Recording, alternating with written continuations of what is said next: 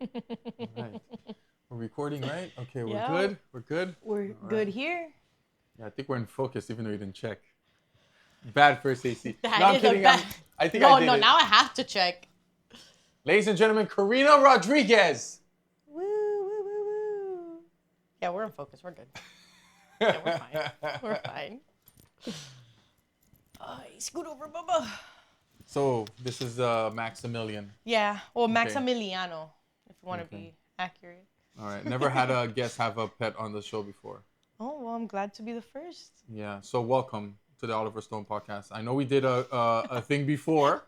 Yeah, We're not gonna talk about it because it was audio only, and it's gonna stay in our bank, in our hard drive of many podcast recording fails I've had on this show. So I wanted to address something real quick. As you will see, we are in a different environment. We are actually shooting at Karina's house. She allowed us to use the space to shoot here because I don't have a permanent spot anymore. So we're doing it mobile style. And I really wanted to really do this podcast with you when I first met you because I feel like as somebody that came into a new environment that didn't know anything about the field or just gear, but just had this passion for film, you were very, very accepting in the beginning. You made it very easy for me to to put myself in to the field, and it made me a lot more comfortable. And you have a lot of experience. So I wanted to start really by asking a question that I feel like is really important to talk about is women in the industry, right? So you've been a first AC for how long now? About like 3-4 years now. Okay, and you're 26, right? 27. 27. So when you started in the beginning, how would you say from when you started to where it is now, how would you say the industry has shifted with having more women on crew?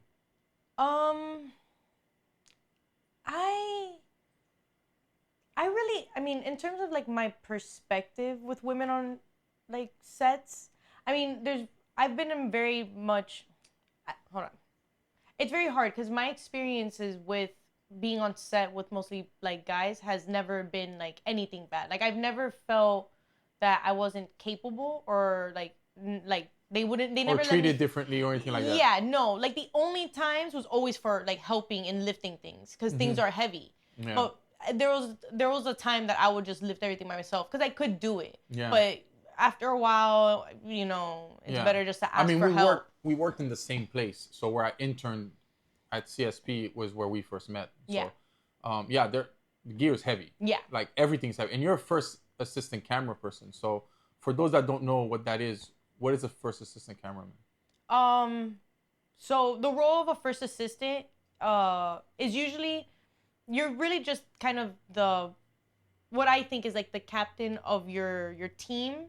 So you're pretty much building the camera, maintaining the camera, checking settings, making sure that that the operator, the DP want like what filters do they want to use, what lenses do they want to use, and So you basically take care of the camera, you set up camera. Pretty much, yeah. Okay. And then as a plus to the job, you also are the focus puller. Right. So I'll be the one that's mounting my monitor and mounting my focus wheels and stuff and pulling focus, which is, I don't know how to explain. It's a great position. It's a great job. It is. I feel like when people watch movies, right, the average consumer, we go to a movie theater, we see something, we might recognize the actor, we might recognize the director, we might recognize the composer or whatever. Yes. These are the known heroes, the unsung heroes, the ones behind the scenes, the gaffers, the grips, the first ACs and stuff like that. Yeah. But something that's more interesting about the first AC role is we see your job all the time. Yep. If you're looking at a movie, you're like, wow, this movie looks so pretty. It's not just because it's well lit, but that shot is in focus. Yep. And it's in focus where it's supposed to be. And when the person is moving, it's even harder to track the distance. For people that don't know, cinema cameras are not autofocus. So you have a person like Karina that will focus the lens away from the camera remotely, right? And they'll make sure that the shot is in focus. So that, for me, when I watch movies, sometimes it just amazes me and how well they're able to keep the focus. Because as a filmmaker, you tend to see things a little bit more clear when you're watching a movie now. You know where jobs are and stuff. These things. You also understand like depths of field and Yep. iris and shutter speed and all these things. And you know when a person is shooting wide open, Yep. or when a person's not shooting wide open. Yep. And you see when the first they see struggles in certain movies, you're like, oh, he missed it there. But you know what? It never matters. No. Because you know why it doesn't matter? Because we don't know if it's part of the director's vision for it to fall out or Yup. not fall out. Yes, it is probably the hardest part of my job because you're part of the creative like moment. Like you are listening to if the director wants you to pull focus from the back or the front, or wants you to bring from that person to the person who's in front of you, or they want you to keep it all in focus, or they don't want it in focus at all. Yeah. And you're part of that creative process, but then also as a focus puller, like you're so trained to keep everything in focus. You'll get that look like, you got the shot? Yeah. You got it? You got it? Yeah, you're like, I did it. I promise I got it. It's all in focus. Do you need to play it back though? Yeah, let's play it back. It's like, oh, you missed focus there. It's like, Oh, you know how many times playbacks are I've always said the that hard. that's happened to us? Like, you remember when we were on set with the was it Telemundo? That one time we were on set where we had the explosion, the guys with the shotgun. It was in Miami. I do remember. I don't know who it was with, but I do remember. Yes. Yeah, where they coming out the in a truck job- and like, Dude, yes. I've never been on a set like that in my life. Like working with Papo, like we've gone to different jobs and stuff like that. But it's the first time I went to like a studio level set where we're inside the Telemundo studio, right? And when the DP shifted from night to daytime, Yep. It's like it's when a you look crazy... when you look at the video on my phone, you'll think it's nighttime. Yep. And it's and right before it was daytime. And it's insane how the camera makes it seem like it's insane. It's crazy. But that day was the first time I ever saw an action scene take place. And they had the whole fire safety and the gun safety person was telling everybody that there are blanks in here, but to take precautions, all these things. And then they had to actors call the doing the police stunt. to let them know that, hey, like at this time from this time, there's going to be hella gunshots. Yeah, no, that was crazy. And I think if I remember, I think that was my first I was my first time pulling focus on like a gun scene. So I've never really like been on a set hearing a gun. I remember still having loud, both. bro. Like I was And it was next shotguns. to everything. Oh my god, literally next to the set, both things in. It was with that actor, William Levy. Yeah. I didn't know who he was. Yeah. Apparently he's big. He's dude. very big dude in Cuba. I didn't know either when I met him. But then when I met him, I was like, oh, I know you. My man was doing his own stunts, bro. It was nice. It was pretty You gotta crazy. give him props, man. He did this thing over a table where he kept rolling over. I'm like, man, anything could just fall off that bitch. Yeah, dude. It is injured. But he's a big dude. Like he's like.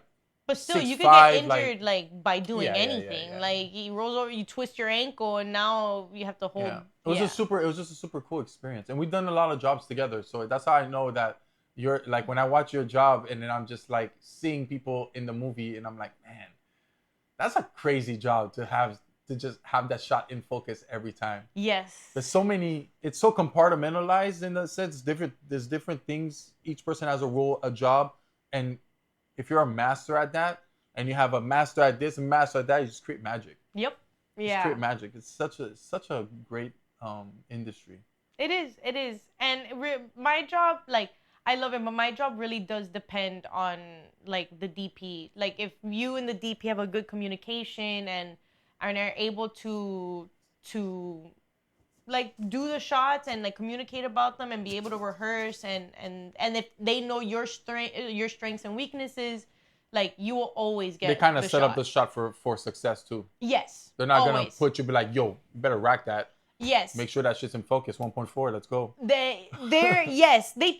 Usually the DPs I have met, like fortunately, like they are very conscious of focus pullers. Yeah. I've only had very few times where like a DP would come up to me and tell me like, hey, you're gonna struggle on this one, and I'm telling you, and I'm sorry, but I need it in focus, and you just gotta do it, and you do it. And most of the times the hardest shots that you end up doing are the most satisfying when you get it, but they are hard. I'm not saying that they're not hard, but once you finish it, you're like, oh, like I could do it. Like I don't know why I was even like getting so nervous or scared or that something was gonna happen. Like Yeah. it builds you a lot more confidence with your focus pulling as time goes on. And I want to say though, you kind of have it easy, because I had the guy on my podcast last year. I really want to bring him back. His name is Mike McLean. He's been doing focus puller for like 30 years. I know who Mike is. Imagine back in the day when these guys had to measure distance. Oh, dude, like you didn't have like them so much. I've never had more respect like, for when they didn't have monitors back then to do playback. You just had to what? Like that's photography, bro. Yeah, that's understanding like distant. Like I can't do that. Like I've tried to zone focus. You know, the whole zone focusing thing. It's tough. It takes practice for you to be able to judge a distance and be able to be like, okay, the lens is markings are going to tell me like if I'm exactly 3 meters from this position, that's going to be that shot's going to be in focus. And the shallower the depth of field, the harder it is to keep focus. Yep. So that's why those old movies that we watch, especially back in the day, if you watch any of the 50s, 60s, a lot of these films, it's deep focus. Like they're not trying to shoot 1.4 low light. Back then, they had huge lights putting out massive amounts of heat. Yep. Actors are sweating ball sacks on set and they're shooting F8 and whatever. And just like a beam, just like they're just drenched in light. Literally, and it's all in focus. All in focus from the back to the front. Everything is in focus. They're not even thinking about. But the evolution of cinema changes because of that. You know, you develop new techniques, dollies, steady cams, you know, all these things, and it changes. That makes the cinema lenses and all these things, and it evolves, you know, through the time. But the focus puller, man, that's a job that for me is probably one of the hardest jobs. Yeah. Because the whole thing rides on you in that sense. It does. Have you ever been in a position where you couldn't do it? Yeah. There was one, Do share. I want to know. Oh, dude, no. Tell me, bro. I want to hear it now. There, actually, man, it was a tough. Man, I'm a little embarrassed, but I mean, it was also a learning experience. Yeah, it was a learning experience. It was the shot was tough on its own. It was my first couple years into it, or probably first year into it, and the shot was for a candy, and it was with a 50 millimeter. I think it was the Leicas Sumichromes. And the shot was from a candy that was coming from the lips. Actually, no, it was the lips of the guy. And from the lips of the guy, it comes out to a medium. And from a medium, comes back to a candy. And that was the shot. Oh, so it's like it's a movement shot. It's a tracking shot. Yes. So you're going forward and back. And you're shooting at what aperture? Do you remember? The aperture was definitely wide open. It wasn't 2.8 or something. It wasn't forgiving. So if it's a Summicron like the one Papo has, it's the F2s, right? Yes. Yeah. That's which shallow. It's pretty shallow. And two is good if you're doing like movements that are so dramatic in terms of like, you know, as a novice or a very new focus puller. So it's not really that hard. But when you're doing rapid speeds, like almost feels like supposed to be on a robot, it becomes incredibly hard. And let's just say after 8 takes, thank goodness that the robot operator was also a focus puller. So he came into the realm and took over my job for the moment. And was he able to do it? No. Okay. He was not able to do it. Cause the problem was with the shot was the operator wasn't on a dolly. They were on it was Papo, and they were on a Segway. Oh, the Segway. It's one of those Segway shots. Dude. And my man loves that Segway. He really does love that Segway. But it was that shot was for focus is very hard because to get from the lips, which is already very close, so you're already at the end of your like focus wheel. Minimum focus, to then come back to almost like around it was like 15 feet. No, not 15. So it was like 10 feet. So because it's like an American. He was sitting on a chair. And then to come back into like, not to the candy, but a lot closer. Like the movement from the wide to closed is good. But from the lips all the way back. And they wanted everything in focus. Yeah, it wasn't tricky. It wasn't like a thing, a movement where from the lips back, and if you didn't get in focus, but it lands on the spot, we're still good. No, they wanted the tracking from the lips back to be in focus. and the movement was incredibly fast. So what did it happen after? They just took the best take?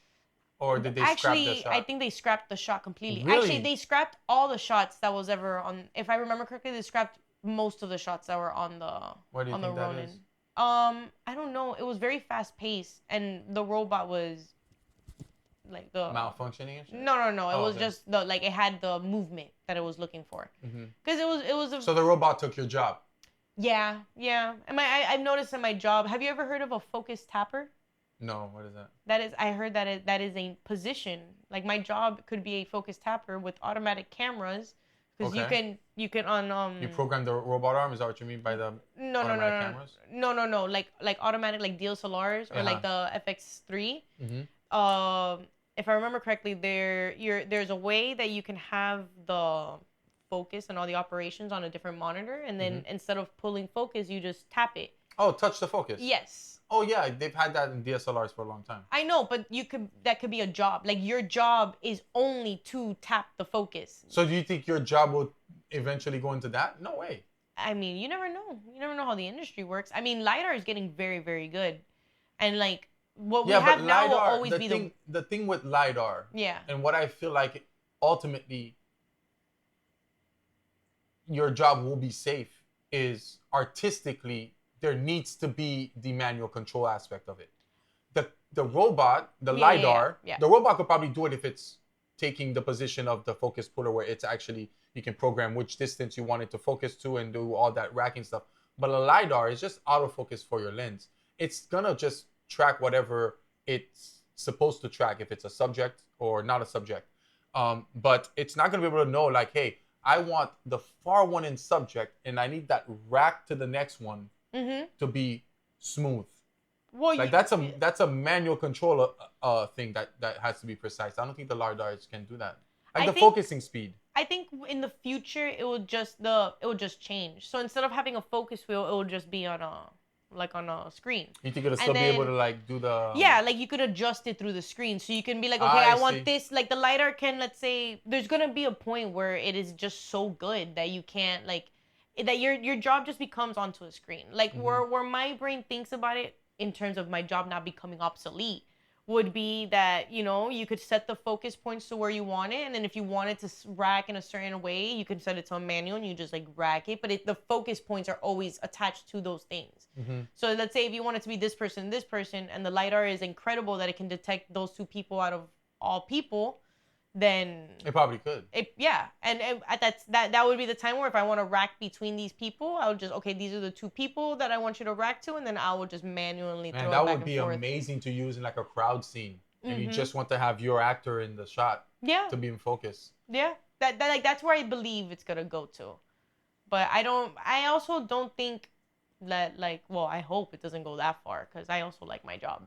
Yeah, I mean, my friend always sends me videos of like things that the AI can do now, like Sora and all these things, and it's kind of like to the point where they're like, oh, a lot of people are going to lose their jobs in the film industry, 100%. A lot of people are going to lose their jobs, but I also don't think that as much people are going to necessarily suffer. Like the types of jobs, like I feel like there'll always be a DP. Like whenever it comes to doing something that has to do with production level quality, not just putting a prompt on a computer and it gives you a result. I'm talking about actually still capturing that essence of cinema to do high-end commercials or films or short films.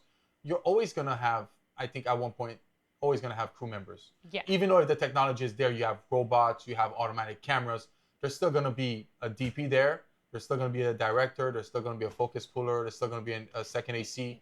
I just think that those types of jobs are not going anywhere. Where I feel like people may suffer are probably going to be the editors. Because I don't even think so either. No.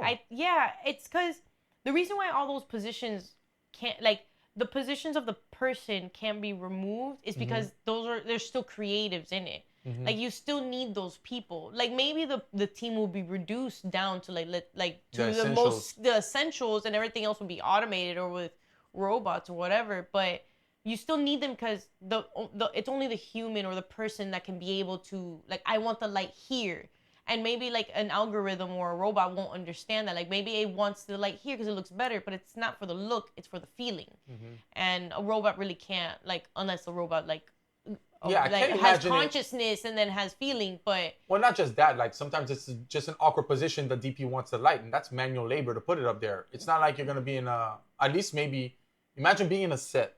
well, imagine Or at well, a a robot studio. can do the manual labor, but Yeah, like you they would do in but a- you have to be the one to tell it. Like I want it here to face this way, and they're not gonna give an opinion. They're just gonna do it.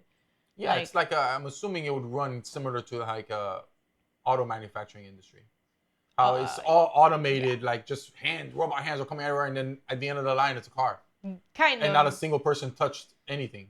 Kind of, yeah. In terms of like the setting up sense, I think actually maybe even thinking about it, like it wouldn't really be like this would be a very technical future. Exactly. Like it would have to be a That's what I'm really saying. I don't technical think it gets future. there. I don't think it gets there. Yeah, at least in our lifetime, I don't know. Yeah. Well, that's a good point. Maybe not in our lifetime. Yeah, in a lifetime, it could get there. Like the only thing I don't believe in our industry can be like hit by a robot would be the creative aspect. Yeah. Because even down to like it's like artists. Yeah, like you can't get rid of an artist. You can have AI make art. Yeah, but if the AI didn't have art, how would it know? But at the end of the day, it's the human. No, it's not. It's not. It doesn't matter if the audience doesn't know if it's AI or a human that did it. What matters is the person that wants that human aspect to the creation, right? Yeah. That you wanted a person to create this art. Yes. Therefore, it's more valuable. It's for me. That's why I feel like it's gonna be in cinema as well. Even in the future, where it becomes that technical, there's going to be that group of people or that production company that wants to continue to make that human aspect of filmmaking. Like a CG actor cannot replace a real actor. And I'm not talking about like the Avatar ones where it's a CG character. That's motion capture. There's still an actor that's doing all the performances and all these things, right? And it's not to say emotion can't come out of animation. Plenty of great animations that are hand-drawn that evoke emotion that we have feelings. Like Toy Story 3. Yeah. You know, Toy Story 3. I love all Grave Toy of the Story. Fireflies. Like there's some movies like animated or not animated, it's going to touch you. Regardless. In certain area at one point, and it's going to be emotional to you. Yep. So even in animation itself, where I'm not talking about just the real medium of actors, real people, even in animation you can stab it, but there's a human aspect to it. Like these are hand-drawn animations by people. Yeah. You know? It's just, that's what I'm saying. It's the creative part is always the human. Like there really can't be just, unless it has consciousness, there really can't be a way that a robot can take over the creative aspects of stuff of that.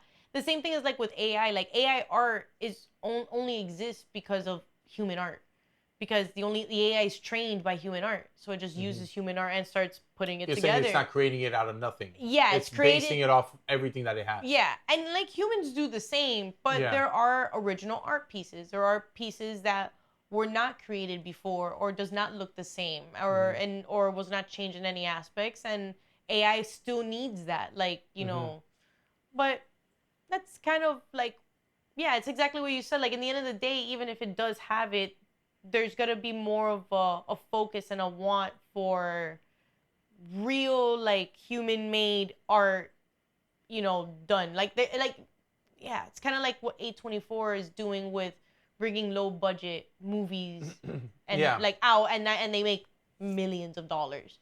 Right, so like how it's used A24 is it started off like that. They're really good. Like they're now producing their own films. Yeah. Because they used to just distribute. I think they were just a distributor. But still, it was still good. They have a each studio tends to have a style or genre that they kind of back. And you're kind of like, oh, that's a Universal film, or that's an A24 film. Yep. People can look at something and be like, oh, that looks like it's an A24 film. Why? It's because they tend to cater towards that specific genre or that kind of style of filmmaking. Yes. Yeah, like Blumhouse does very horror campy stuff. Horror, Exactly. Yeah, Blumhouse, bro. When they brought back the Halloween franchise, it started off really good, bro, and then it kind of went downhill. Really? Yeah. I'm a big fan of the Halloween franchise. I've like watched the original slasher genres. Yeah. Yeah, I think I've watched the originals, but I've never watched them again. Oh, nice. We got some sunlight. Oh, the sun is coming in. Yeah. You want me to close that out? No, man, that's cinema. That's cinema. But it's like smacking you. That's free light. We'll see what John says. He's the DP of this. Yo, if we tag him on and he has that light, he will have a field It's like, day. what? That shit's all off. There's no what's the contrast ratio, Why Oliver? didn't you guys close the window from the beginning? Well, that's what it is, man. Run and gun. Oh my god. Okay, so let's go back to now. I know we jumped ahead with the future and stuff, but I do want to get back to your coming up in the industry. I'm really curious about how you started and why specifically you chose First AC out of all the jobs that you could have done on the filmmaking set. So when I started, really, okay, it's funny because when I started, I always wanted to be in film. In general, like ever since I came out of high school, I wanted to be in the film industry, and I got very, very lucky that my mom had a friend who was working on a shoot that was in Florida for Netflix, and they allowed me to shadow for 2 days. So I was able to go and I was able to watch the set and see what was going on. And the person that I was shadowing, she was a first AC. At the time, I did not know. I just kind of knew about film, but it was more like a very new experience to me because I never seen all of this. I never seen a camera and rigging, and like I met famous people, and it was one of those moments where I was like, I want to do this. Yeah, like I want to do this. And like obviously you always think about in front of the camera, but I never felt confident in front of the camera, but I always felt confident behind the camera because I always felt like I knew what I want and I knew exactly what I was looking for. So then I asked for advice on that set, and I had a mixed bag of advice. But one thing I ended up getting the most was to not go to film, to not do film school, to just go get a job. And if you want to do it after you go get a real job, like, doing something else, then go to film because you don't have to go to school for it. That was the main thing. And I took that advice to heart, and I was like, okay, I'm gonna go to school to become a teacher. Because that was the second option I had. I wanted to be a biology teacher. So, which is very different. Yeah, because I really loved biology. Okay. And I went to school. I did my first year in college.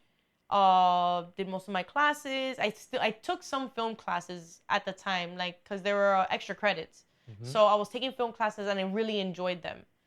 And I couldn't shake the feeling of wanting to do film, but I felt confident in me teaching because I also enjoyed that I was like, if I do pursue this teaching career, like even as a biology teacher, maybe I could just like go into film, do film for the rest of my life, and then when I'm older I can just be a film teacher, even with a biology degree. But now I have all this film experience and I already have my teaching degree. So that's kind of where the mindset I started getting into. And then I had a teacher that I did not like. And it made like college very hard for me. And it was one of those moments where it kind of gave me a check on myself to see if I really wanted to do this. Because I didn't want to, like, I always loved school. And she made the class so miserable for me. And it was biology too. The one subject I enjoyed the most, I was struggling because the teacher and I were not having a very fruitful connection apparently. And I didn't know why. She just Yeah, it just didn't click. Yeah, it just didn't click. And it just made me feel uncomfortable because I was very much a people pleaser when it comes to school. So I just kind of had a point where I just thought about it. And I was like, you know what? I don't want to go to school for teaching. And I know that I've been told that there's no point of going to film school because I don't know why. They never gave me a reason. So I just was like, my dad's always like hustled and to get his jobs and stuff like that. So I just kind of had that nature, and I said, okay, I'll just do the same and I'll figure it out and I'll get into it. And I started out in insurance, working at a company that they did videos for like how to use their program on insurance in their insurance program. So I was there working for them, and I ended up meeting my intern, or no, I was interning. He was my mentor, I guess. Yeah. Yeah. Because he was the one that he was training me. Gotcha. For the job, but he was in UM. His name was Han. I love him. He took me on a set because they were doing a short film. I went on that set just to help him out, like as a second AC, and that's where I met Isaac, and that was like the best time ever. Like I had a pair of jeans. I wish I still had them. I had a pair of jeans that they were like my favorite jeans that I took to set. And I didn't know anything of being an AC, so I didn't have a bag or a kit or screwdrivers or anything. Yeah, no, nothing. So I was carrying batteries in my back pocket of those jeans throughout the whole... Oh, you destroyed it. Oh, completely destroyed those jeans. Yeah. They were done for.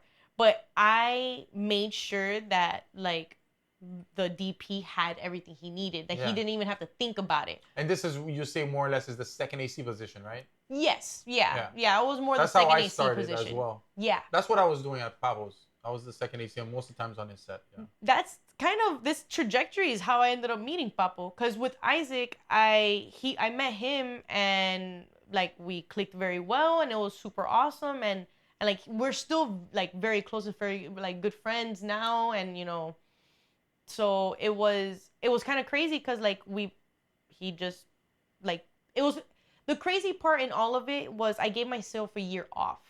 So I was working at the insurance company and I gave myself a year that if I don't get into film, I'll go to film school. Because I also couldn't, like, if I don't get into film, like, I can't just be sitting around waiting. So I was going to go to film school and then I'll just build it from there. And then I met Isaac and it kind of just changed everything because that's when I started really getting into film. Because he called me one day, literally like almost just a month after my like date of like, okay, I got to start thinking about going to school to bring a job, for a job to help him out. And I went for the days that he called me and I worked that job and it was awesome. And one of those days, Papo was there as an operator. And that's when I met Papo. And then Papo started calling me for jobs. And Papo was even funnier because I think after 2 to 3 jobs working with him, I was still the insurance company and I was working with him. The whole time you're doing second AC though? Second AC. Okay. Second AC, utility. Like I was just on set. Like I would do whatever you want. And when I met Papo, I was still working at the insurance company. And I remember him...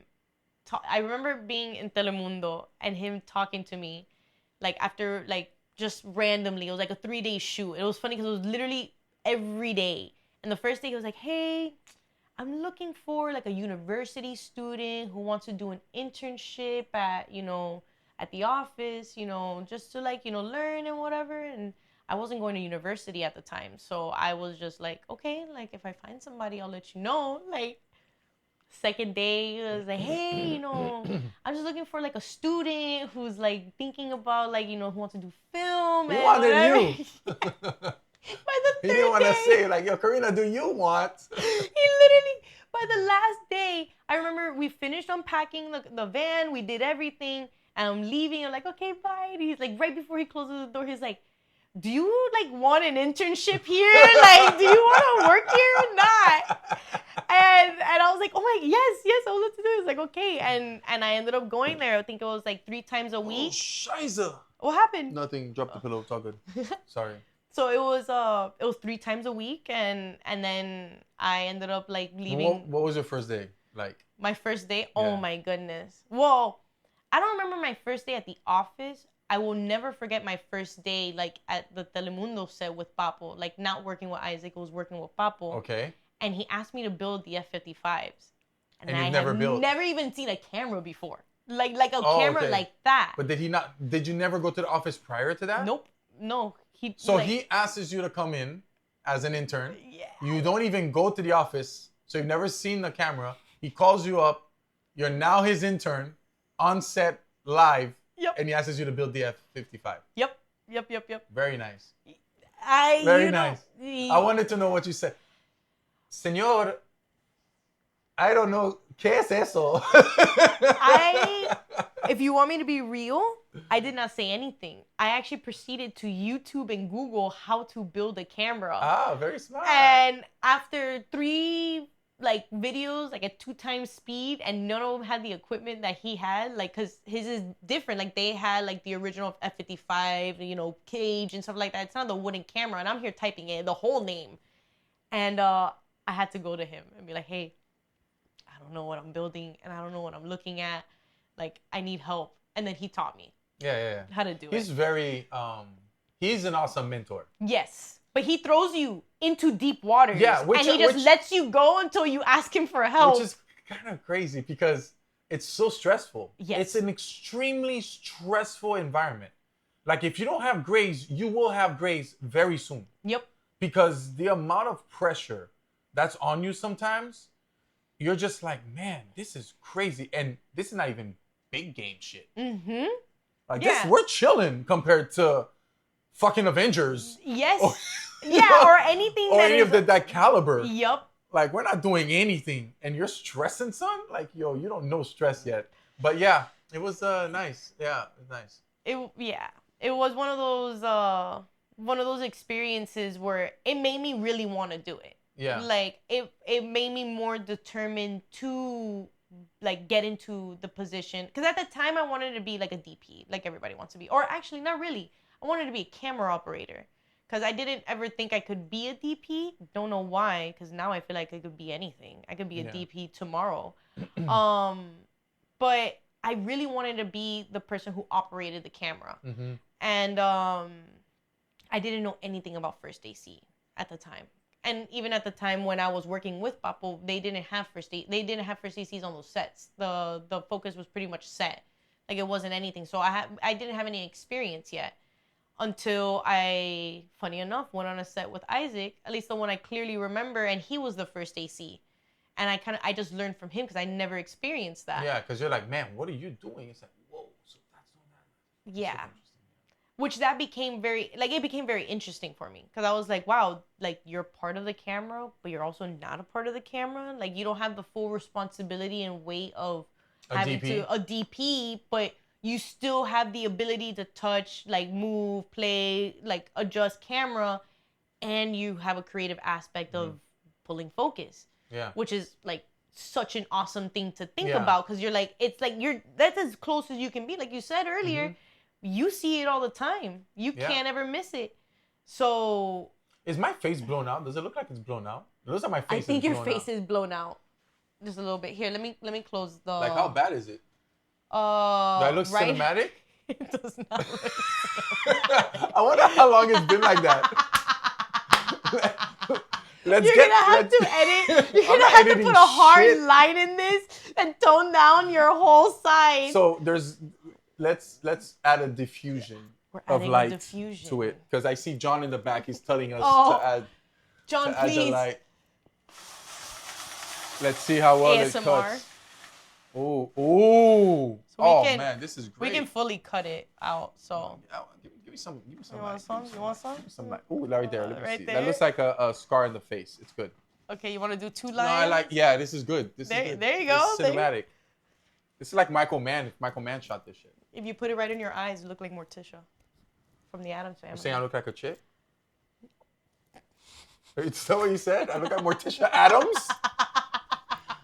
You know she's like the color of your shirt, right? Like she's pale as fuck. And you know, speaking of Morticia, a little bit off topic here, but I love to watch like these behind the scenes of films, right? Like it's some of my favorite YouTube pastimes. I just get immersed in watching BTS and stuff like that. And I was looking at something about the Addams Family. Okay. And it's so funny that we made that reference. What was it? I'm just saying you made the reference of Morticia. Yes. And I happened to look at the other day a couple of things about the film. Okay, like for example, the actress, Angelica Houston, I think her name was. Okay, I think so, don't remember. Originally, they wanted Cher for the role. Okay. And I guess she couldn't do it, but it went to to Angelica, and she was saying how the actor that plays Gomez, Raul, I forgot his name, rest in peace.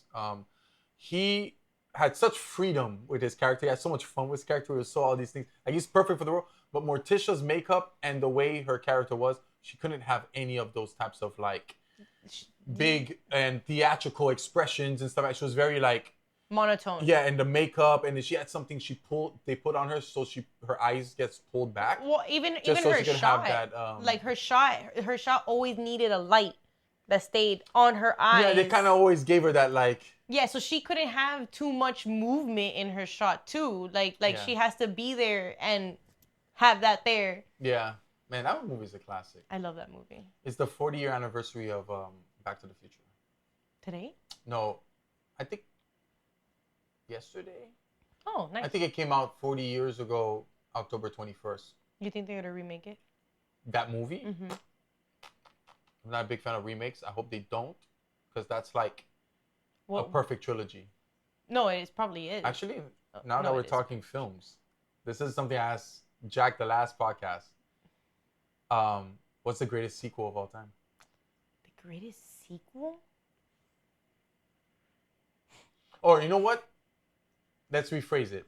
Okay. Which sequel beats the predecessor? Okay. Hold on, because now I'm going through the roster. Because Go on. the first thing I said was Shrek 2, but I love Shrek 1 so much Damn, more. yo, it's funny how we never. Actually, that's funny you said that, because every time I have this conversation with Jack, we never bring up the Pixar stuff. So for Jack, it's T2. It's T2? Yeah, Terminator 2, Judgment Day. Okay, It's the greatest sequel of all that time. that is a fantastic sequel.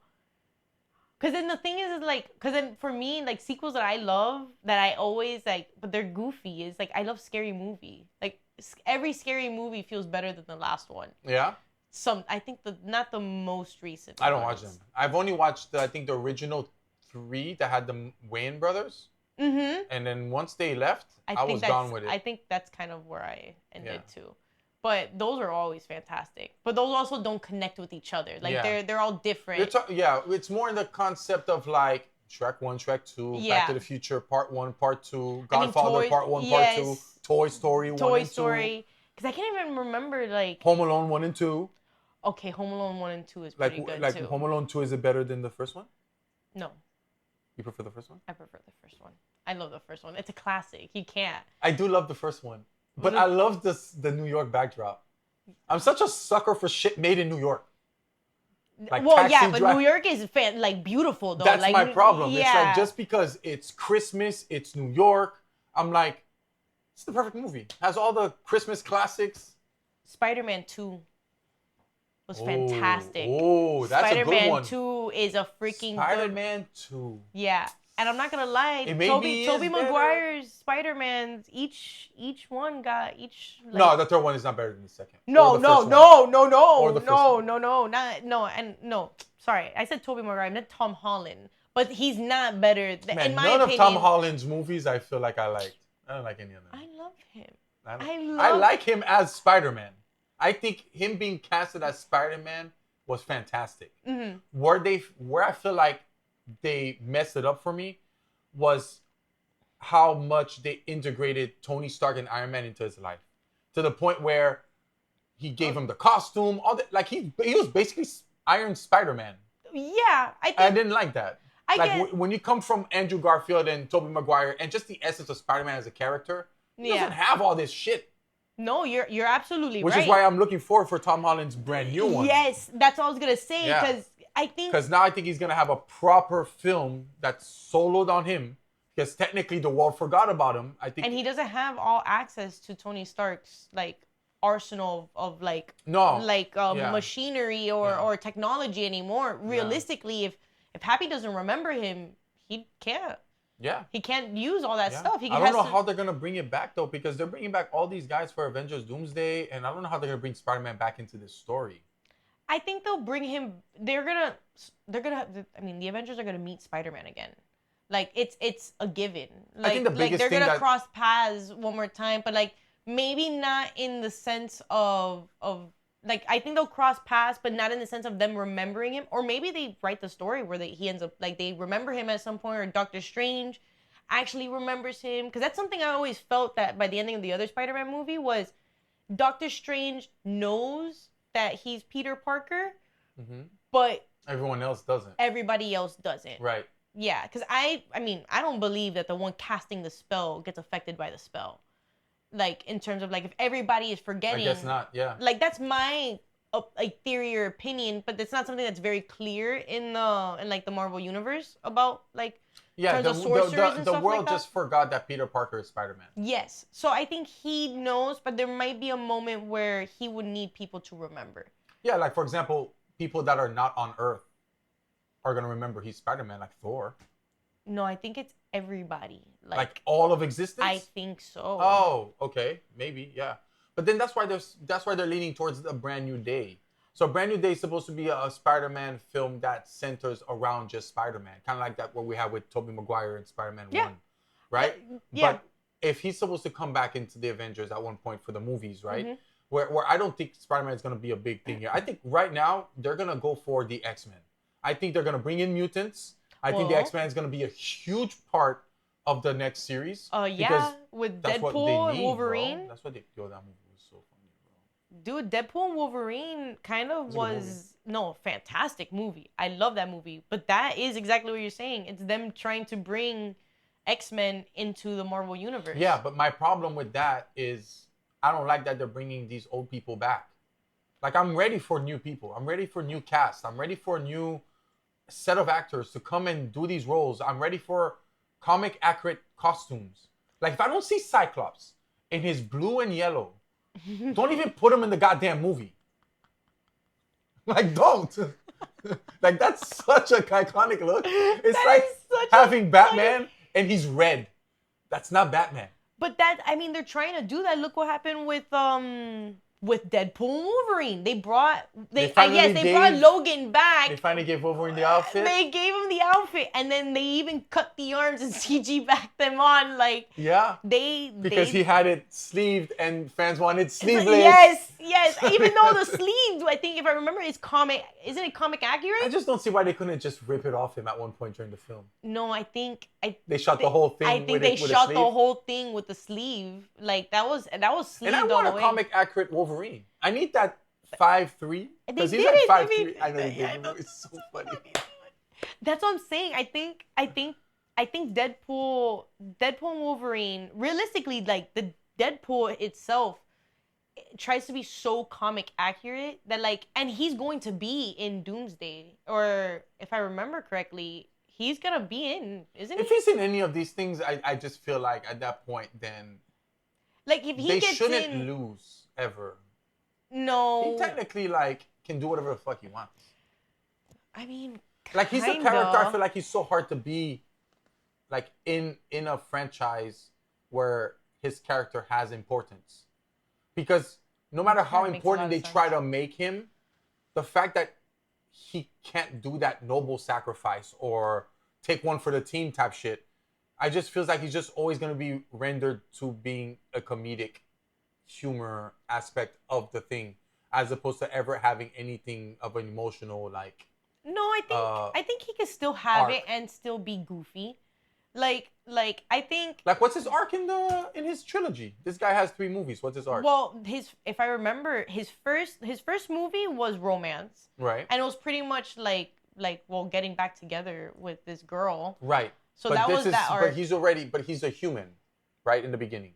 Yeah, he's a human that becomes a mutant. Yes, exactly. So things change when you find out that you're not gonna die, or that you're horribly disfigured, or a bunch of things happen, right? Mm-hmm. I wouldn't necessarily say, maybe the arc in the film is a romantic thing, but as a character, right? Mm-hmm. What's his arc? Because if you look at characters like Batman or Superman or any of these other ones, they have an arc, whether it's to overcome like a trauma, or whether it's to change a narrative, or whatever the case is. I don't see that with Deadpool. I always just feel like he's just put in a bunch of scenes because he's funny. Mm-hmm. And him with other characters is funny. I mean, I think the thing is like, the way I see it, at least like for let's say Deadpool 1, is that like his arc is the fact that he needs to come into acceptance with himself. Yes. And the circumstances that he's in. Yes. And the way that he takes it is so like, it's so nonchalant and so like goofy and funny and stuff like that. But that's just his coping mechanism. Like, he doesn't really know any other way to get through this. And the only way that, like, his only salvation to getting back with his girl is to find this person who can make him pretty again. Hey, is that Tesla? That is Tesla. Let me go help her out. Oh, Tesla! Tesla wants to come in. I just coughed out my lung. Bro, I heard it came from within. Yeah, for real, dude. My God, that was karaoke. Karaoke? Yeah, you know that's big in Japan? Oh, yeah. Huge business, bro. Yeah, dude. It's an Karaoke is insane huge intense. visit. Oh shit! Speaking of Japan, you know what I've gotten into lately? My friend has somehow convinced me to watch sumo, like sumo wrestling. You know, big dudes in the diapers. Yes, I know. No, they're not I diapers. was literally It's called mawashi. Mawashis. But dude, Sumo wrestling is pretty intense, what dude. an interesting sport. Tell me about it. Okay, so it's a national sport of Japan. I Right? did not know. I that was just a got national into this, sport. so we might have to fact check this, or if I make a mistake, maybe some of the comments can do it for me, correct me if I'm wrong. But it's apparently a 1,500-year-old sport. It's a national sport of Japan, and a sumo wrestler, or just sumo in general, is, I'm going to use air quotes, is a type or maybe a sort of religion. How they see some of the wrestlers, like there are different tiers. And I think if I remember correctly, if you get to the top tier, which is Yokozuna, you're almost considered a demigod. Like that's what they believed back then. Okay. Obviously today they're not It's more demigods. of a sport, yeah. Yeah, but 1,500 years ago, when this sport was fresh, that's what they kind of considered them at that point. So then that's how old the sport is, and the sport has never changed in that aspect. They have very old traditions that are still around today that were around back then, especially towards women. Like women are not allowed on the dojo. Women are not allowed to sumo wrestle. Like a lot of this stuff is trying to change today to allow women to do these be things, a part of the sport. be a part of the sport, or maybe have their own league or whatever. But they're very much the federation that does the sumo federation. Oh my God, so beautiful! She wants a big stretch. Look at that! Holy moly! Big stretch. Look at that! The star of the show has Mama. arrived. Oh, she's attached. She's attached. Hi, Goody. Yeah, what was that? What was I saying? What I last remembered was them like changing the culture of the sport for women to be more involved. Yeah, so nowadays the federation, the Yes. sumo federation, is so old set-minded that they want to keep that tradition. Like at any point right now, the sport has never changed. It's always been a circle. It's always been the same two people, the same rules and everything, the same ceremonial aspect to the whole sport is still there. If I were to teleport you 100 years ago, I think the only difference would be like how the crowd is set up. Yes. But in terms of watching a sumo match, I think it would look identical. Yeah. Like, I don't think it's changed in that whole time. Maybe there's been updates, but I don't even think so. Like, from what I've read, that thing's never changed. Yeah. But they're trying to change it, and you know how old people are. They're stubborn. They're like, yo, we've been doing this thing the same way the whole time. And one of the biggest events that happened that kind of sparked this whole backlash about women wanting to be allowed to be on set, or not on set, on the dojo, is not because the women want to wrestle. It's for certain other things. So, for example, what happened a couple years ago is that there was a wrestler that had a medical condition that happened to him while he was wrestling. I think something cardiac related. And one of the women is a doctor from the audience, and she just naturally just rushed in to help, of course. right? And a couple other women came because there was quite a few nurses that happened to be watching sumo. Okay. So, but you could hear the guys over the loudspeaker saying, "Women are not allowed on the dojo. Get off the dojo. Get off the dojo."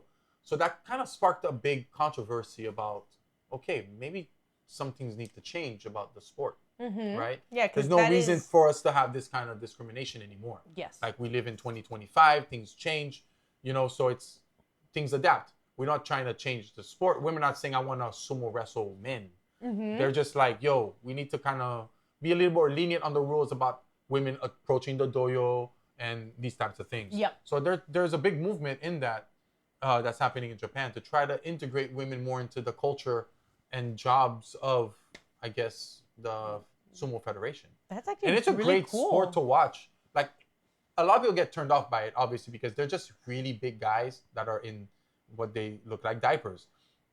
And it's very off-putting. Some people, they're just uncomfortably, just sexually, just seeing men like that. So it just bothers them. Sometimes people just can't get over that they look like big fat guys in diapers. But I have to defend it here. It's a tradition. And they're not fat. They have a lot of fat on them, but they're very, very strong men. Yes. These guys are tanks. They They are tanks. Sumo Okay? wrestlers, and they're crazy Yeah, strong. I'll say a bold statement here and say I don't think there's a linebacker in the United States, American football, that could take a sumo one-on-one like, like head on. No, I don't think so. Like these guys are just dude, they're a brick ridiculous. wall. Like No, in the leg strain. Yeah. The training that they do is honestly, you would think that how are they getting fat from the amount of training that they're doing? So a sumo wrestler's diet is 10,000 calories a day. Oh my God. This is what they're eating every single day. And you train to be a sumo starting at a young age. You can start at 13, 14, 15, right? And then from there, you just start eating. Yeah. Eating, and just getting as big as you physically can. And training too. Yeah, and training. Assuming. And there are smaller sumo wrestlers. There if you watch sumo today, there are wrestlers that are half the size of their opponent. But there's no weight class in sumo. Yeah, it's just right. Pure it's just strength. Yeah, there's just there. No, and sometimes the small guy wins. It's all a matter of about having to understand body to weight ratio, like how to manipulate the weight of of your opponent to fall over. So how do you win in sumo? It's very simple. You're in a circle. There's two ways to win. Either the opponent steps out of the circle or the opponent touches the ground, whether it's their knee or their hand, and they're considered now. Most sumo fights, most sumo rounds last about 10, 15 seconds. It's just like a big bum rush. Sometimes they slap them down or they push them up. Sometimes they'll last maybe a minute. But that's it. It's 15 days of sumo, one a day each, and the best average wins. Yeah, and it's 4 times a year. So every 3 months, there's a tournament, and the tournaments are 15 days. Yeah, and that's how it goes. So there's 15, 16 wrestlers for the category. All ranks are allowed. So even the Yokozuna is wrestling against that guy that just started or whatever. They wrestle. So and then the best average wins. And they get a trophy at the end and stuff like that. It's super interesting sport. I think I might start watching sumo. It's super cool. Once you get into the technical stuff, it's super interesting. Same thing for Formula One. Once you get to the technical aspect of Formula One, it's what becomes engaging with the sport. Because it's cool watching the cars, but it's 50, 70 laps of a car just doing a track. So what's fun there? It's the different strategies that teams are employing to win. Once you get into the technical aspect of any sport, I feel like it becomes more interesting. Of course. So taking stuff out of face value sometimes is the best. Just don't judge the book by its cover. Learn about it, and you'll see how interesting the sport can really be and how you can follow. It's really, really fun, bro. Dude, and I'm kind of glad he got me into it because he also got me into photography. Without him, I would have never picked up a camera. This goes back all the way to Haiti. Oh, wow. Yeah. Ever since I went to ever since he told me that, dude, you need to buy a camera on these things, and that's it. All it takes is that one person. Yeah, one person. That one person to just completely change your perspective on it. Yeah. Till the day we still hang out. He lives in Miami Lakes. We go on photo walks on weekends. Because of him, I have a film camera now. I love that. Yes, you told me. Yeah, you told me. He's like, oh man, I got you. This guy has film cameras. He doesn't want film's expensive, and I'm like, yeah, but any hobby is expensive. Yep. You sacrifice one for the other. So let's say you have a different hobby you're not putting in much passion into. You're starting to get into something else. Invest into that passion. Yeah, that's usually how it works. I'm always bouncing around, in terms of shit that I do. People that know me be like, man, you went from this to this to that to this to that. You baked, you did this. Now you're a filmmaker. It's like, dude, are you gonna pick something? I'm like, maybe not. Yeah. I am what I am, and I like to do a bunch of different things. So it's. I think it's also more fun. I respect very much how you've been able to do so many things in your life. Like you're a baker, and you bounced around from Haiti to United States, and then we went to Spain, and then now you're in Spain, and you're in Spain as a filmmaker, going to school as a filmmaker. Yeah. Not knowing the language, but. Yeah. So you brought up something very interesting earlier. You were talking about how they told you not to go to film school. Yes. And I'm not going to say I didn't go to film school. I did technically go to a film school in Malaga. Yes. So let's go back a bit. To the people that are listening to this podcast that listened to the last one will have found out that I had moved to Spain last year. So quick recap. I moved to Spain last year with my wife. My wife had gotten a job to teach an auxiliary program. I went to our how do you say that? When we found out when we got there that I wasn't allowed to work. My visa didn't give me the opportunity to work. Yes. I was dependent on my wife, and I couldn't do anything about it. Obviously, you could work under the table, but that wasn't an option for me. I didn't want to do that. Mm-hmm. So what do I do with myself? I thought I could get job when I get there, at least part-time. I know I'm not going to go there and have a career, but I was always, from my research, I assumed that I could get a part-time job, 25 hours a week is fine under the visa conditions that I have. Yep. But when I got there, government said, nah, not this visa. You can't do shit. You're dependent on your wife. Your wife is the only one that can work, and she cannot work a side job if she wanted. She has to do what the contract says that she has to do, which is to be the assistant teacher for English at one of the schools, right? Yep. So I'm like, what am I going to do, man? I can't not do anything. Am I going to go back to the United States? I contemplated coming back. That's crazy. And see if maybe I can just work here. But then I was like, man, I can't. No. I did this, we did this, and we're going to do it together. Yep. So I decided to go to film school or look up film stuff because I was like, let me see if I can't network. Mm-hmm. Right? And I'm like, okay, let me go to the film schools that are the closest to me. So I went to the Malaga Film School of Malaga. I walked in, and they were just about to start their semester. Okay. Right? For new students. Asked them what I need to do to be a student if I wanted to be a student because this is my situation with my visa. Like, am I allowed to come to school? Am I allowed to be a student? Like, I can't work. Yes. But am I allowed to at least come to and school? Study? Yeah. Because they're like, bro, if you pay the school, you're a student. I'm like, I bet. So I love that. I was like, I bet. I was like, I don't speak Spanish. They asked me how my Spanish was. I told them, look, bro, I don't speak Spanish. Okay, I'm very bad at Spanish. I can figure it out. Like, I won't starve. I won't dehydrate. I know how to get to a hospital. I know how to do the basic. I can't write a script. I can't have a full-on conversation in Spanish. But I can get by. Yeah. They're like, yeah, man, it's cool. Like, students speak English here, so it's not a problem. My teacher spoke some English, so it's also not a problem. So I decided to do this. Bless you. To enroll to this film school. It's a 3-year program. So it goes, and I did the director one because I wanted to learn more about directing. I don't necessarily know if I want to be a director. There are things that I would like to direct, like my own personal projects. He's having a sneeze attack. He's having a little sneeze attack. My own personal projects, but it's not like I want to be a director. I want to be on set. I want to operate camera. I really enjoy operating camera. Mm-hmm. So if I could just stick to doing an operating camera job or being an AC, I'll be happy. But there are projects that I definitely want to direct. Yep. Anyways, I decided I was going to go to school. And I did. I enrolled to the school. And because of my background and all my experience that I had working with Papo, they considered me too advanced for the first level. So they automatically put me on director level 2, the second year, instead of me doing the first year. But the school's so small that they mixed all the years together.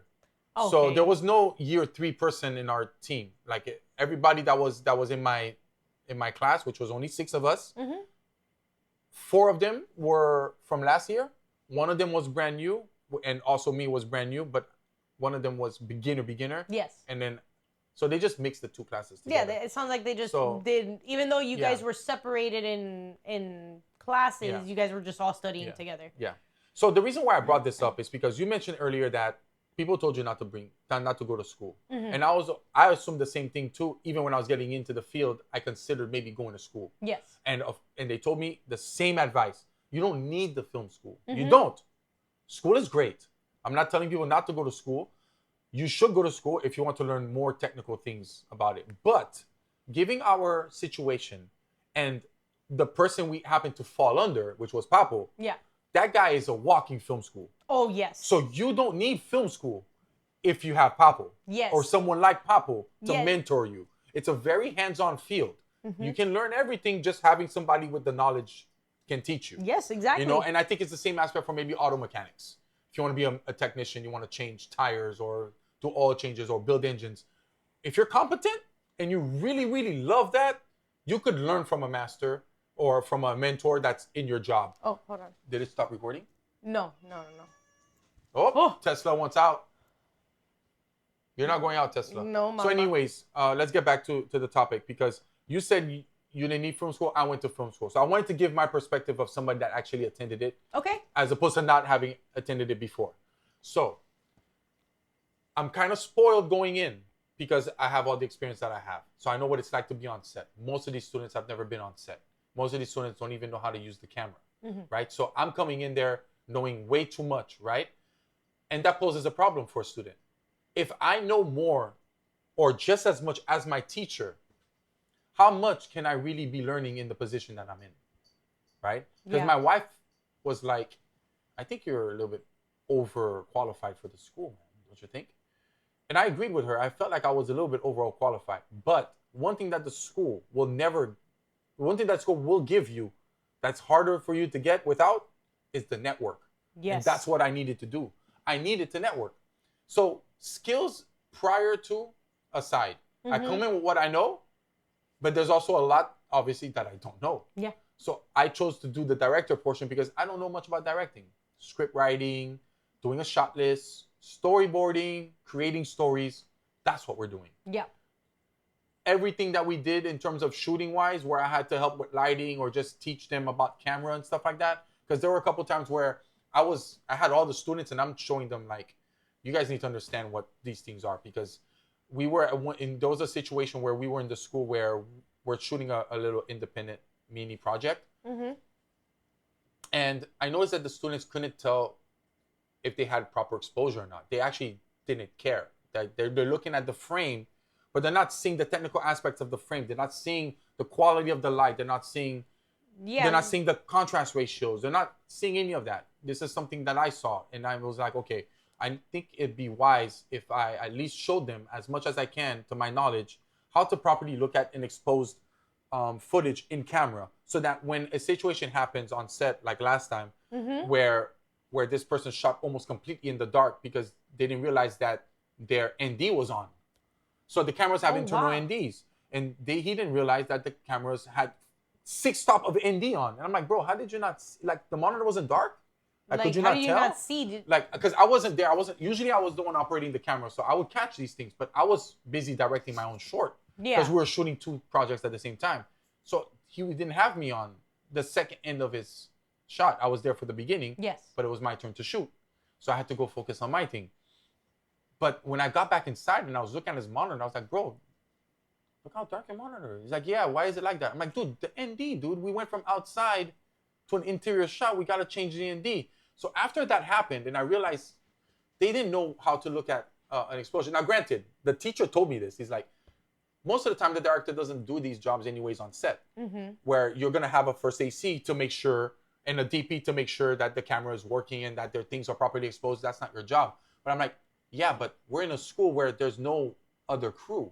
So if the student is just shooting just for the sake of shooting and not knowing what is he supposed to be looking for? If I was to come in today, and I told the teacher this, I was like, if I was to come in today and I wanted to offer this student a commercial job where to be a director and I'm going to give him a $20,000 budget, you think he could shoot this commercial? You think he would know that he would need to have an AC, a DP, and all these things? No, he doesn't know.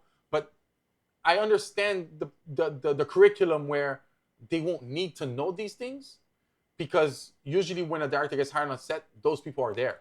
But they should know. They should know the basics, is what I was trying to get at. Yes. I wasn't trying to be, let me clarify something, because I don't want the audience to be like, yo, this guy came in here all egotistical or whatever. Like, oh, I know all this shit and the school doesn't know anything. That was not my intention.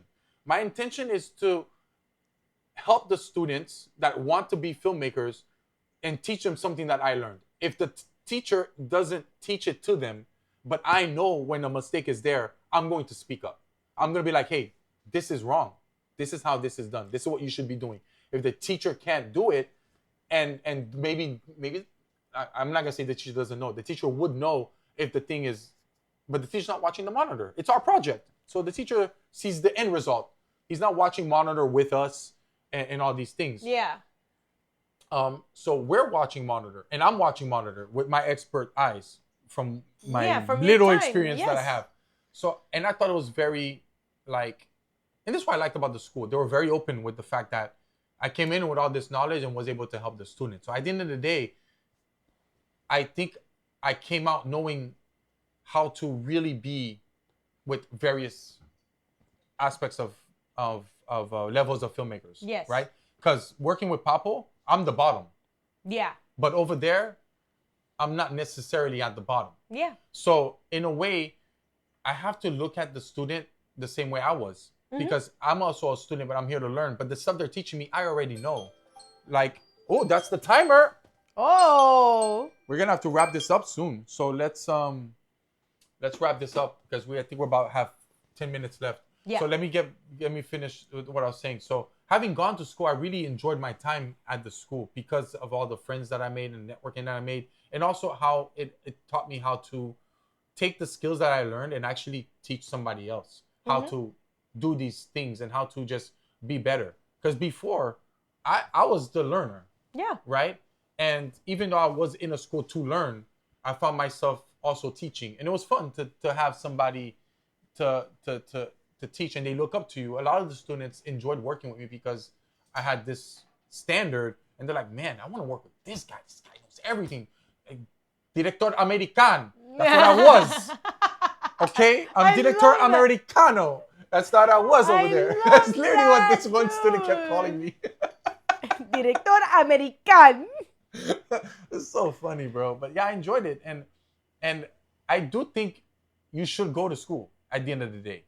I don't think you need it, but I think it's important to go because the networking that you get is what's gonna make can really ease you into the process of becoming a filmmaker, a director, or a DP, or whatever.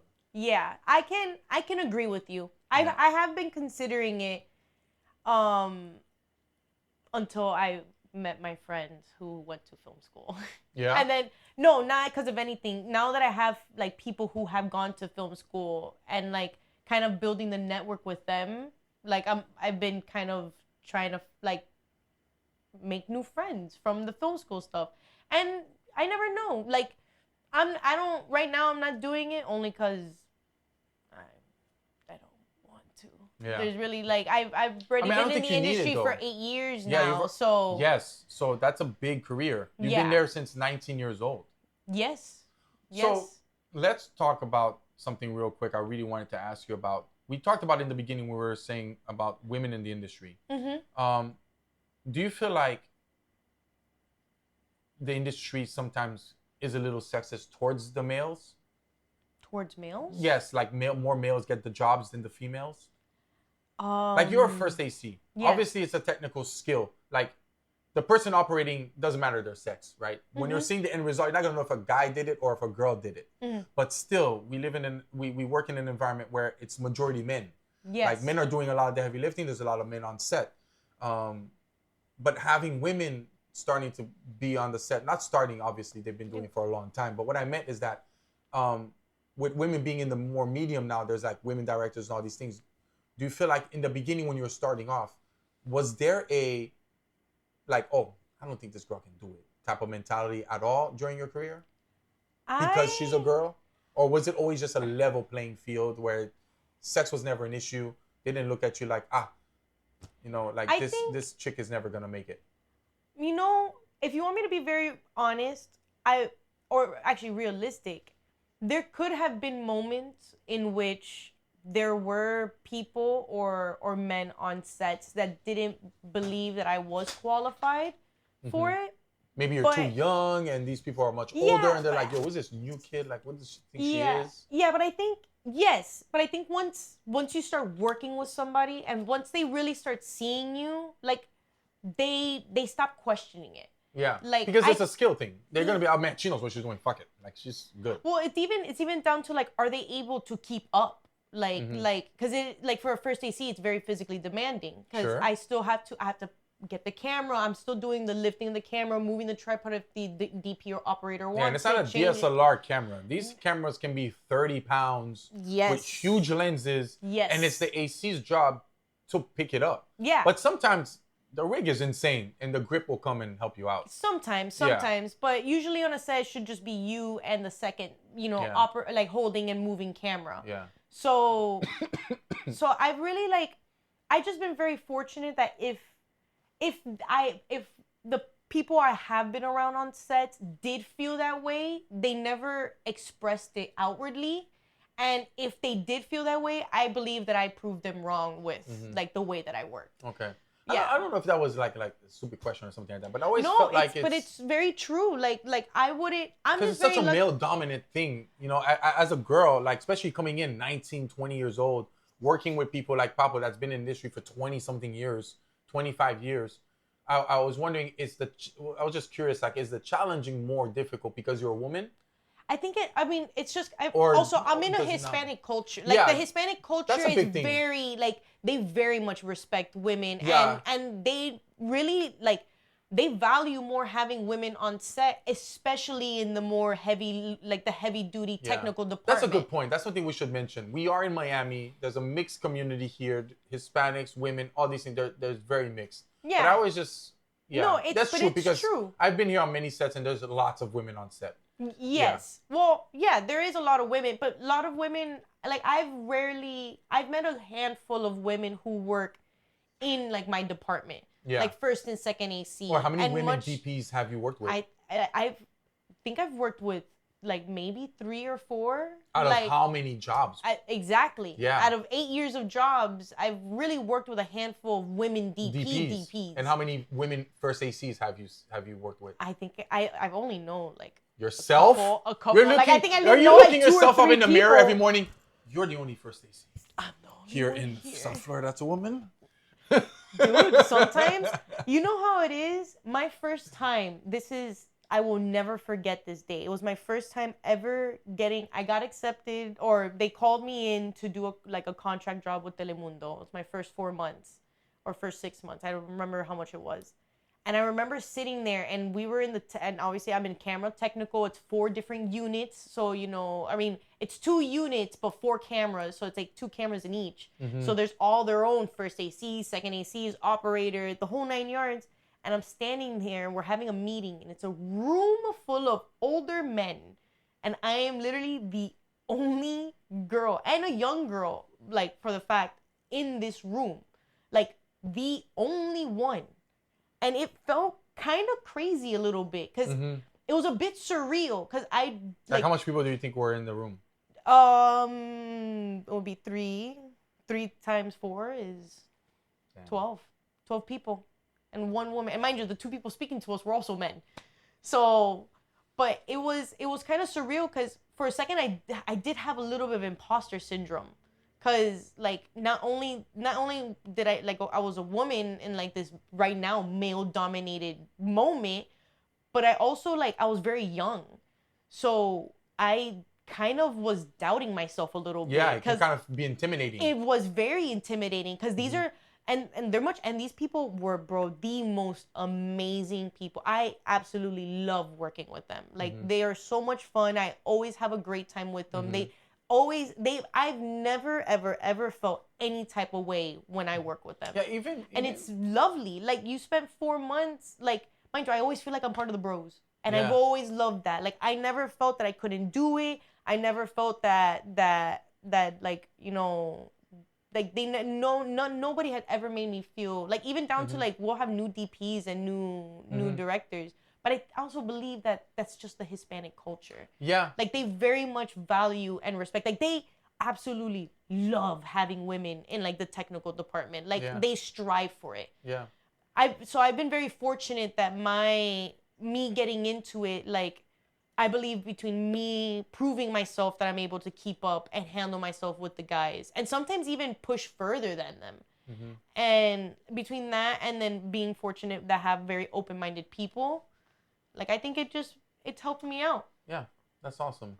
I was always that was always a question that I wanted to ask you, because you're like one of the few women I've ever seen like working on set. That's not either a talent but like a crew. Now, just wait when I get to American sets. We'll see how that is. I don't know. That'd be crazy, right? I don't know. We will know. The times I've done like shoots, like, I'm more American shoots, because I'm more in the Spanish field, so I guess more English shoots. The times I was there, I also felt the same. I think there was probably more where I have felt like they questioned a little bit. Like more of like, oh, is she gonna be able to keep up?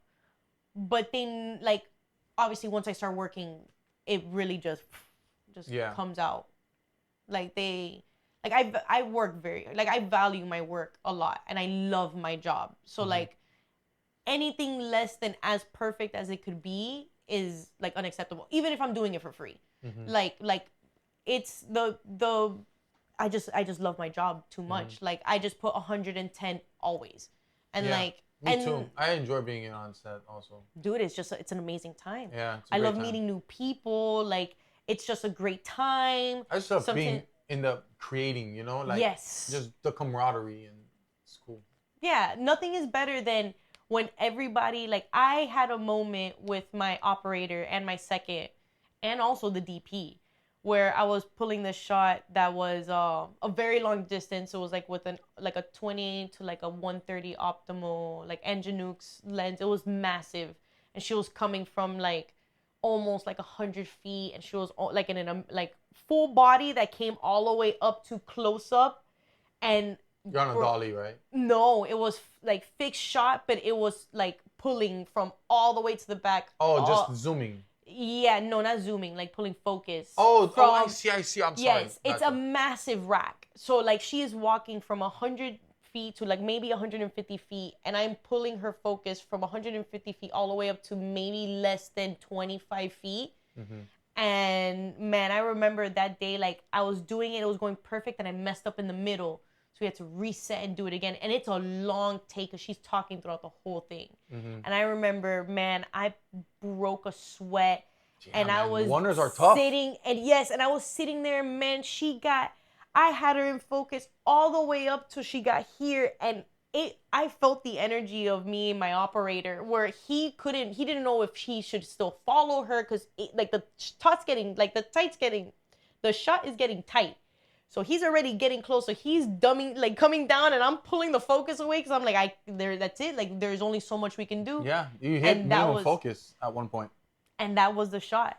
And literally like when they called cut, and they're like, okay, queda, and we went over, bro. We all were like throwing like wow, because we all like that shot was so technically hard that we all thought we were gonna be there for a bit. Yeah. But I got it in 2 takes. And you're a G, baby. Yeah, dude. I was like, oh, You're that chick. It was the first time I think I jumped and like screamed for a shot. I was like, oh my God, I did it. Like it was, bro. I was sweating. Yeah. Yeah, when you get the shot, it's rewarding. Yes, it is. Yes, it is. But I think we have to wrap this up. I don't know. I think we're going to run out of memory soon. We could talk for hours. Yes. So maybe we'll do a part 2. But anybody out there that's coming to Miami, you need a first AC, you can find Karina's information in the description. So you guys can go follow her on her Instagram. Yeah, thanks for doing this. It was an absolute pleasure. I loved it, dude. This was so much fun. Yeah, Max is here. We got some guests here. Yeah, we had extra guests. Yeah. You're going to pay them their rate, right? Doggy rates? Yeah, dude. Jesus. Or now you're going to have to edit them all out. No way. We're going to have to sign a contract, a waiver real quick. All right, thank you guys. Bye. Till the next time.